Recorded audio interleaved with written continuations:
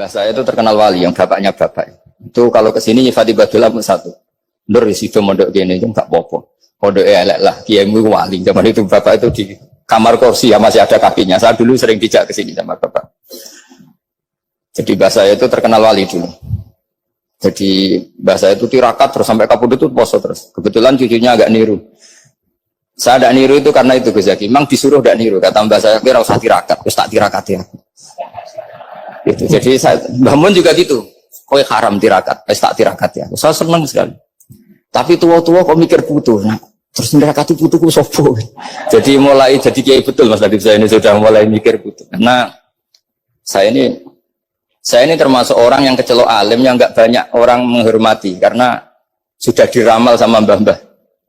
Di dulu mbah saya Mbah Nur Sam itu kakak saya itu SMP SMA, kakak saya yang kedua juga SMP SMA. Mbah saya itu Mbah Nur Sam itu yang nganterkan bapak ketika mondok sini itu, yang ikrar karo Badullah wali Mbah Nur Sam, ahli tirakat, ahli puasa. Itu bilang, Nur, anak sing iki aja pondok, aja sekolah no. Sumben sing ngalim ku anak sing iki. Ketika saya hampir tamat SD sama mbah saya Tuban, mbah saya Narukan juga di Sabdo begitu. Singkat cerita sama mondok sarang. Mondok sarang pertama langsung dikenal Mbah Mun, wong anak kiai jadi langsung dikenal. Didoni macam-macam terus jadi wong alim juga ada yang ngelem. Biasa aja untuk dongane wong sepuh.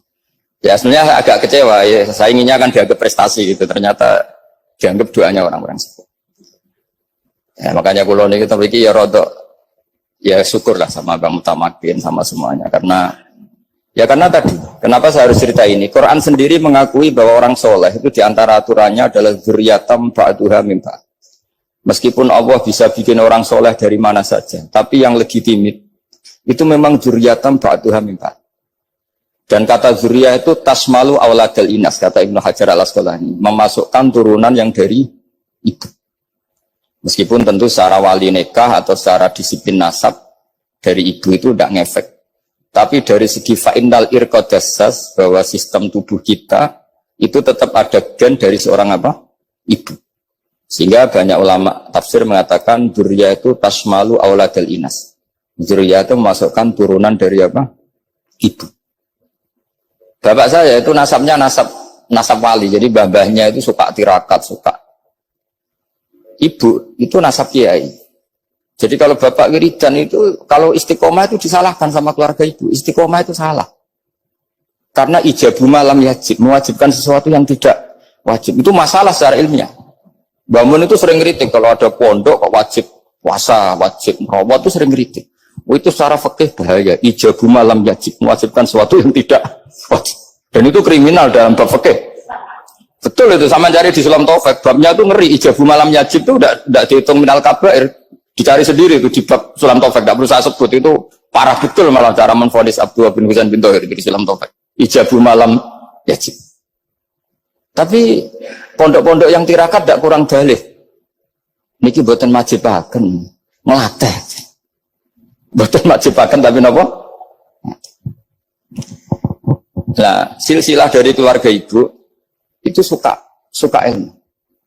Sehingga Abdullah bin Mas'ud itu tiap hari itu mensweeping orang yang sering duha. Kalau ada orang duha istiqomah itu disweeping. Awas, harus seminggu sekali, nggak boleh tiap hari. Masa sholat fardu kamu saingi sholat duha? Nggak boleh, fardu tersaingi. Itu Abdullah bin masyhur, sama cari di Al-Hunyah. Sayyidah Aisyah kalau ada orang duha tiap hari dimarahin. Dan itu secara konstitusi ilmu benar karena Nabi Qiyamul Lail Ramadan itu hanya 4 hari yang dipandu. Lainnya itu enggak. Khasyata ayyufradu alaihim, kalau dalam sahih takut dianggap fardu. Akhirnya istiqomah itu masalah di keluarga saya yang dari ibu. Nah kebetulan kita ini suka ada istiqomah, akhirnya ya seperti ini. Tapi ini ilmu harus kita bicarakan.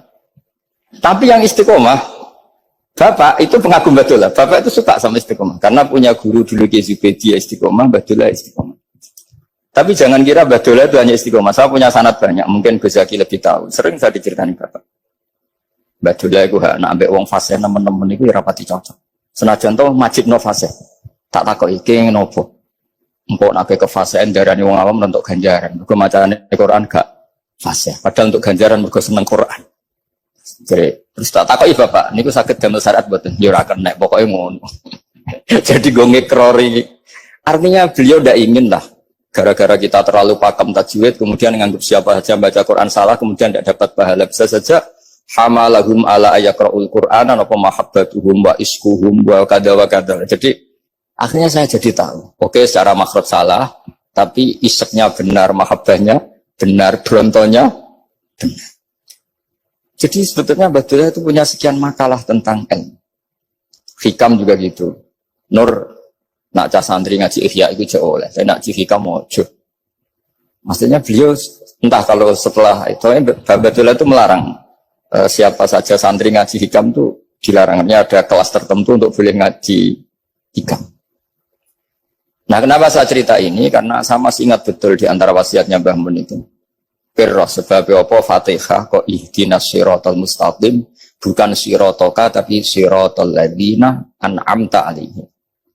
Dawe Mbah Mun fa innallaha ta'ala la ya'kul wa la yasrab wa la yanqih wa la kadza wa kadza. Allah itu tidak makan, tidak minum, tidak tidur. Sehingga kita tidak bisa niru Allah. Tapi yang makan tidur itu manusia. Sehingga kalau ingin dekat Allah ya niru siratal ladzina bukan siratoka. Kita cara tidur niru Kanjeng Nabi, niru ulama, cara makan, cara minum, niru Allah tidak bisa.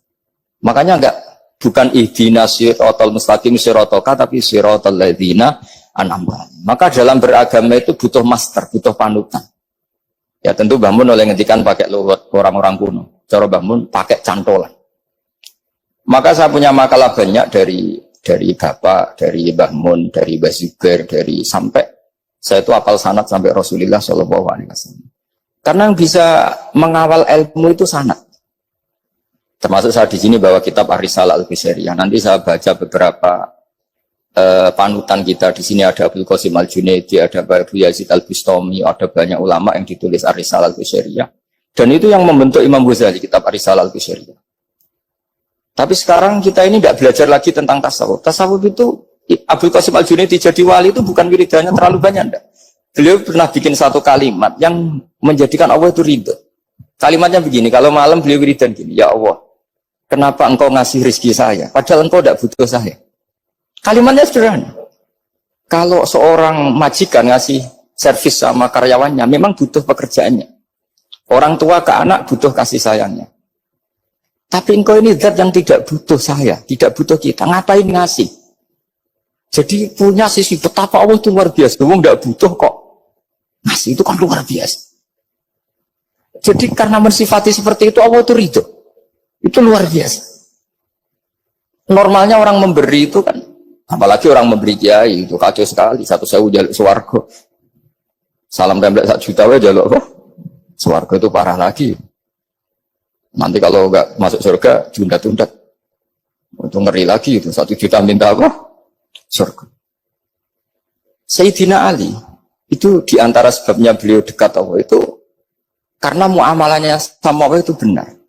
Di antara muamalah itu yang diriwayatkan di kitab Ar-Risalah Al-Qushairiyah adalah masyhur.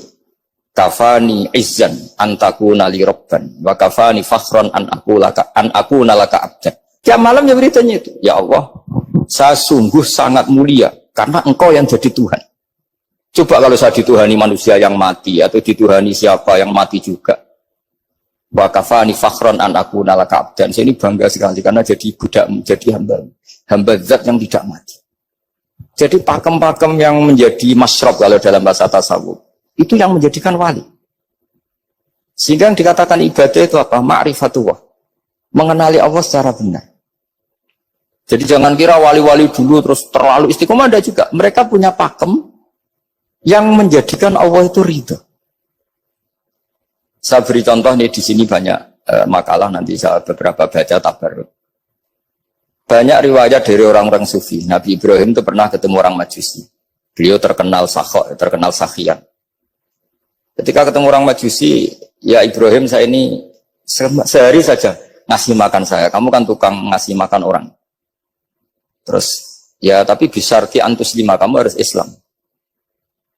Sebagainya Nabi Ibrahim adalah kalau saya menolong dia berarti nolong orang kafir. Setelah orang itu lewat berlalu karena Nabi Ibrahim gak mau hormat, Allah memberi wahyu ke Nabi Ibrahim. Kenapa ya Ibrahim tidak kamu terima 1 hari, kamu kasih makan 1 hari? Ya karena dia majusi. Kata Allah, dia umurnya berapa? 60 tahun. Tanyakan, pernah kelaparan kan hanya hari ini? Iya ya Allah. 60 tahun dia kafir tak kasih makan. Minta kamu sehari aja kok gak boleh. Akhirnya Nabi Ibrahim dipanggil orang majusi, dikejar dipanggil. Ayo tak kasih makan 1 hari. Kok kamu sekarang jadi baik? Habis ditegur Tuhan. Terus kata, ahakada yu'amiluni. Apa seperti itu Tuhanmu mengu'alamalai saya? Ya na'am. Akhirnya Islam orang majusi. Jadi itu lagi-lagi ilmu. Jadi yang dikatakan ilmu itu satu teori atau kalimat atau apa saja yang menjadikan kita ini pakem. Meskipun pakem itu kadang sulit diterima orang-orang khusyuk. Orang khusyuk itu ya nyun sewu ada sisi nakalnya. Makanya Mbah Mun sering kayak jargon masyhur. Zada khusyuan, zada jahlan, tambah khusyuk tambah bodoh. Bukan bodoh dengan makna salah itu enggak. Memang kadang terus anti ilmu. Misalnya gini, ini contoh yang karena saya ini mengkhidmati ilmu, saya beri contoh yang urusan ilmu. Ada orang sujud diinjek orang fasik, kepalanya diinjek orang fasik. Terus si orang yang sujud tadi ini ada di Sahih Muslim, juga ada di Ihya. Wallahi la yaghfiru wa laka. Pakai sumpah, wallahi la yaghfiru wa laka. Allah langsung mewahyukan ke Nabi fi hadzal zaman, fi tilkaz zaman atau fi dzalikaz zaman. Man dzalladzi yata'alla alayya alla aghfira li fulan qad ghafartu lahu wa ahbattu amalak.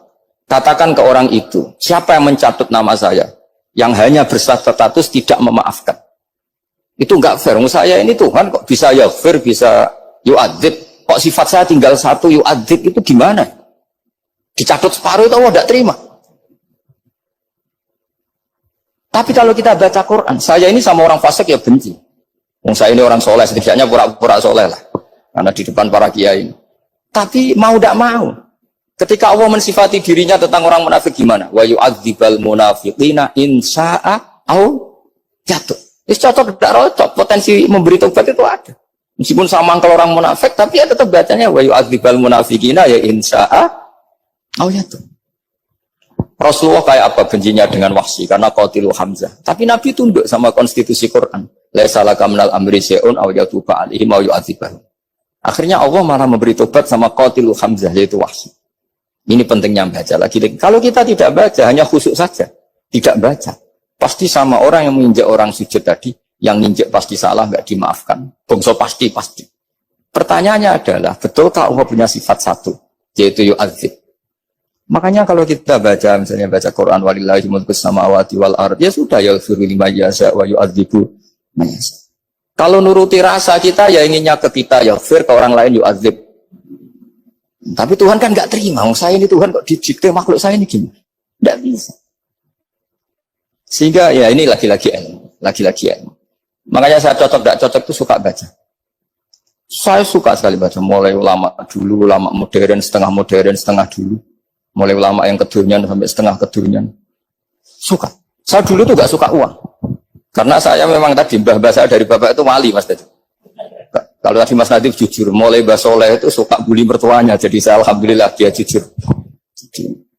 Mbah Soleh itu menantunya Raden Asnawi, itu ya bully-bulian sama ini terus ditiru beliau ini. Itu nggak suka sebenarnya. Saya itu ya pokoknya tadi kalau orang daftar wali itu kan nggak suka sama. Karena mereka nangis ketika Allah ngendikan wa aqridu atau ayat-ayat anfiku atau orang baik disifati wa aqridu wa qardan hasanah. Itu hadal khitab li ahlil jiddi wasarwah. Ini khitab untuk orang kaya. Kok isin Gusti jenengan nampen ngongkon infak kok kalau diinfaki. Jenengan nampen ngongkon ngamal kok kalau di ngamali. Jadi maka yuhibbunal mal, mereka tidak suka harta. Walakin diana luladzatal khitab bil infak, dan itu harus kaya dulu untuk bisa infak. Jadi itu uniknya. Akhirnya saya Imam Sa'roni penting juga kaya. Jadi wali untuk suka harta itu nunggu diperintahkan Allah. Alhamdulillah kita tidak sudah wali dulu karena sudah senang harta balik. Jadi kayaknya keren kita dibanding wali-wali. Karena wali itu tahu pentingnya harta setelah jadi wali. Kita alhamdulillah mulai kecil sudah tahu pentingnya harta. Kayaknya kita lebih wali. Imam Syafi'i itu dulu gak suka sama orang kaya. Saya berkali-kali ceritain. Karena dia dididik Sufyan As-Tsauri, Sufyan bin Uyainah. Tapi ketika ketemu Imam Malik itu kaya raya. Meskipun dia hidupnya sederhana, tapi kaya raya. Pas beliau mau, Imam Syafi'i itu agak-agak sopan kalau sekarang tanya, setelah jenengan ilmu yang saya harus ambil siapa? Kata Imam Malik, yang sealim saya itu sudah meninggal Abu Hanifah, tapi muridnya masih, namanya Muhammad bin Hasan Asy-Syaibani. Kamu datang ke sana. Semalam itu Imam Malik dikasih uang 500 dinar. Padahal 1 dinar itu 4,25 gram. Bisa dihitung berapa ratus juta. Terus paruhnya dikasihkan Imam Syafi'i. Nah, tidak kasangoni. Pagi-pagi diajak ke Baki. Dulu Baki itu ada kafilah rental unta. Mana kafilah yang mau ke Irak? Kita. Ya sudah ini antar. Tak bayari. Diantar Imam Syafi'i. Diantar ke Imam Muhammad bin Hasan Asy-Syaibani di Irak. Itu ketemu Muhammad bin Hasan Asy-Syaibani pertama itu apa? Beliau itu kalau ngitung uang di meja. Emas-emasnya di meja, uangnya dolar, semuanya di meja. Tambah kaget. Ini saya sama Imam Malik ingkar, ini malah lebih parah lagi. Kata Muhammad bin Hasan Asy-Syaibani, "Atajabu min hadza." Kamu kagum dengan ini, merasa aneh? Iya. Ya sudah, ini tak kasihkan orang fasik. Tigo demenan, tigo judi. Jangan, jenengan saja. Kalau jenengan kan orang soleh dipakai kebaikan. Berarti orang soleh boleh kaya. Angsal-angsal. Semenjak itu Imam Syafi'i kebablasan. Sampai fatwa kiai fakir itu haram. Kiai bisa bikin rumah bagus, bikin rumah jelek. Haram. Puasa al-Islam ya Allah wala yulah. Nah, lagi-lagi kebetulan kita sebelum ngaji Imam Syafi'i sudah seperti itu. Jadi ini justifikasi. Lagi-lagi itu ilmu. Saya ulang lagi-lagi itu ilmu. Akhirnya saya baca kitabnya Imam Sa'roni namanya Al-Minanul Kubro. Itu beliau cerita wa mimma manallahu alaihi. Kesannya kayak orang sombong. Tapi sebetulnya yang sopan itu yang sombong karena Imam Sa'roni kan bilang, kamu harus memaklumatkan diri kalau antum minal ulama il amilin. Kamu termasuk ulama yang amilin. Terus ditanya sama orang-orang, bagaimana kalau nyatanya ndak? Kamu tadi subuh sholat, iya saya sholat. Kamu tadi zuhur sholat, iya saya sholat. Kenapa ketika kamu maksiat ingat terus, ketika kamu taat tidak ingat? Berarti kamu anggap Allah itu menyesatkan kamu taat, tidak pernah ngasih hidayah sama kamu. Pas delok rondo ning dalan kok maksiat, bar sholat atau syukur, bar zuhur atau syukur berasa. Berarti kan nyifati Allah, hari ini Allah ngasih saya maksiat. Sementara lupa kalau Allah ngasih sholat zuhur, sholat asar, sholat maghrib, sholat. Oh sudah di situ al-Minanul Kubro, orang itu soleh semua. Nah saya itu termasuk orang yang didikte oleh kitab, terbentuk oleh kitab Al-Minanul Kubro.